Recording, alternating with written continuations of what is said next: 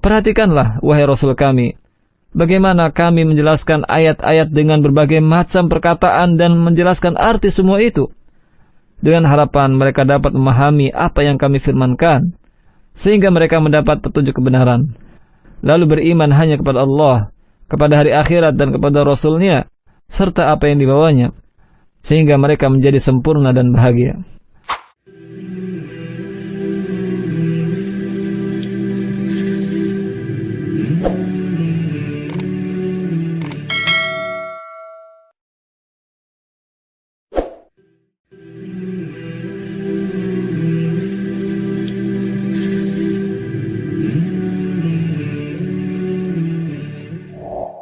Assalamualaikum warahmatullahi wabarakatuh. Alhamdulillah, wassalatu wassalamu ala Rasulillah wa ala alihi wa sahbihi wa man walah, amma ba'd.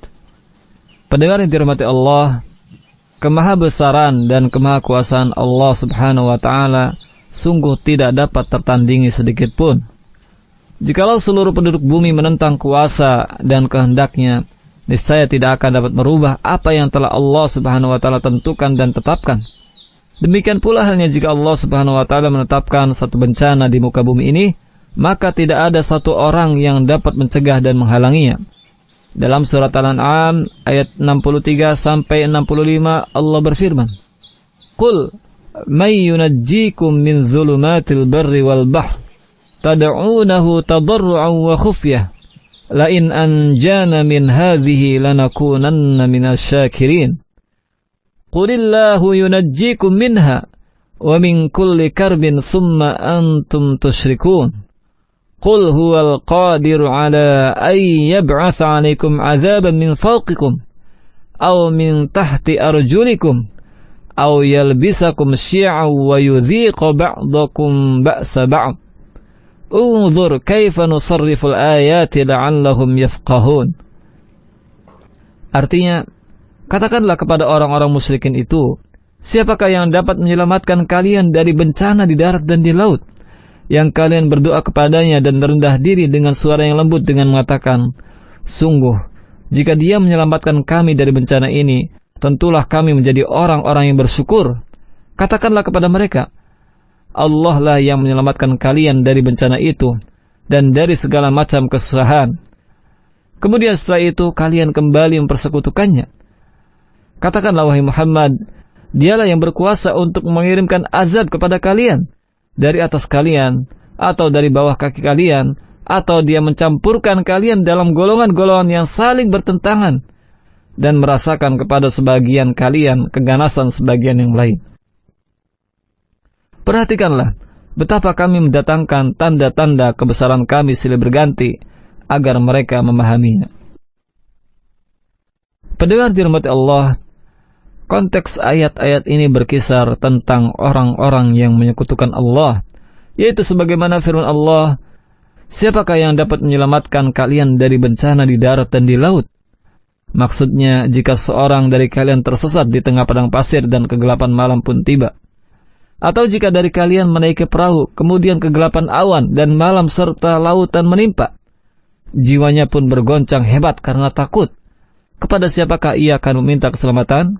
Sungguh, ia pasti berdoa kepada Allah Subhanahu wa taala semata, karena ia mengerti bahwa tidak seorang pun yang dapat menyelamatkannya kecuali Allah.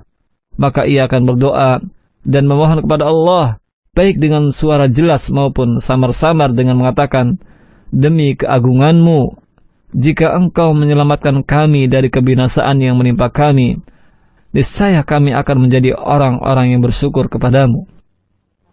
Namun, ketika Allah Subhanahu wa taala menyelamatkan mereka dari musibah itu dan mengabulkan doa mereka, tiba-tiba mereka kembali kepada perbuatan syirik dengan berdoa kepada selain Allah. Kemudian pendengar, dalam ayat selanjutnya Allah Subhanahu wa taala merintahkan Rasul-Nya untuk mengatakan kepada mereka sebagai jawaban atas pertanyaan, siapakah yang akan menyelamatkan kalian?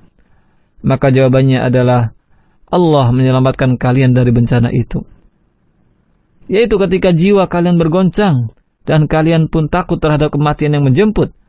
Dan Allah Subhanahu wa taala juga menyelamatkan kalian dari setiap kesusahan.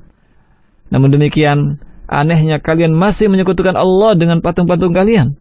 Katakanlah kepada mereka, wahai Rasulullah SAW, bahwa Allah lah yang menyelamatkan kalian dari setiap bahaya, dan Dia berkuasa untuk menurunkan azab dari atas atau dari bawah kalian, atau mencampur adukan urusan kalian sehingga kalian pun bertengkar dan bercerai-berai menjadi kelompok-kelompok dan golongan-golongan yang saling bermusuhan. Sebagian kalian membunuh sebagian yang lain, sehingga sebagian kalian menimpakan kepedihan kepada yang lainnya. Lalu Allah Subhanahu wa Ta'ala berfirman kepada Rasulnya, perhatikanlah wahai Rasul kami, bagaimana kami menjelaskan ayat-ayat dengan berbagai macam perkataan dan menjelaskan arti semua itu, dengan harapan mereka dapat memahami apa yang kami firmankan, sehingga mereka mendapat petunjuk kebenaran, lalu beriman hanya kepada Allah, kepada hari akhirat dan kepada Rasulnya, serta apa yang dibawanya, sehingga mereka menjadi sempurna dan bahagia.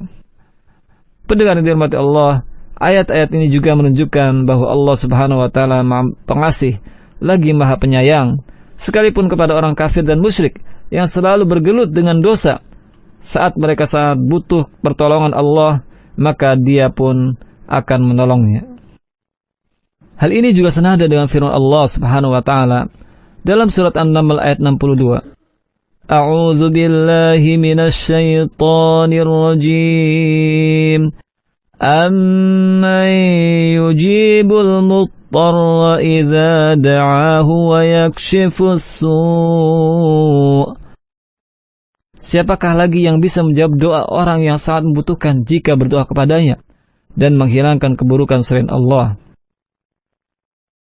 Allah Subhanahu wa Ta'ala akan menolong orang-orang musyrikin yang sangat membutuhkan pertolongan Allah saat mereka hampir ditimpa kematian.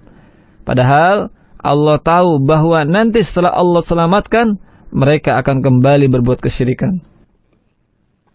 Dalam surat Al-Ankabut ayat 65 Allah Subhanahu wa Ta'ala berfirman, فَإِذَا رَكِبُوا فِي الْفُلْكِ دَعَوُا اللَّهَ مُخْلِصِينَ لَهُ الدِّينَ فَلَمَّا نَجَّاهُمْ إِلَى الْبَرِّ إِذَا هُمْ يُشْرِكُونَ. Jika mereka menaiki kapal di lautan, mereka berdoa kepada Allah dengan ikhlas ketika Allah menyelamatkan mereka hingga di daratan. Pada saat itu mereka berbuat kesyirikan. Ini menunjukkan bahwa Allah sangat dekat dengan hambanya. Sungguh tidak benar jika seorang kemudian tidak mau berdoa kepada Allah karena ia merasa banyak berbuat dosa. Maka marilah selalu berdoa meminta kepada Allah dengan mengakui kesalahan dan mentauhidkan Allah serta tidak berbuat kesyirikan sedikit pun. Jikapun terjatuh ke dalam kesyirikan, maka kembali bertaubat kepada Allah dan ganti kesyirikan tersebut dengan tauhid kepadanya. Dalam sebuah hadis qudsi yang diriwayatkan oleh Imam Tirmidzi disebutkan, Allah Subhanahu wa Ta'ala berfirman yang artinya, wahai anak Adam, sungguhnya selama engkau berdoa dan berharap kepadaku, aku akan ampuni engkau terhadap apa yang ada padamu dan aku tidak peduli. Wahai anak Adam, seandainya dosa-dosamu mencapai langit kemudian engkau beristighfar kepadaku, aku akan ampuni engkau dan aku tidak peduli. Wahai anak Adam, sungguhnya jika engkau mendatangi aku dengan sepenuh bumi dosa-dosa, kemudian engkau mendatangi aku tidak berbuat kesyirikan kepadaku, niscaya aku akan mendatangimu dengan sepenuh bumi ampunan. Oleh karena itu, jangan sampai kita berputus asa dari rahmat Allah Subhanahu wa Ta'ala dalam memohon ampunan dari segala dosa, bahkan jika dosa itu menumpuk mencapai langit dan sebesar bumi.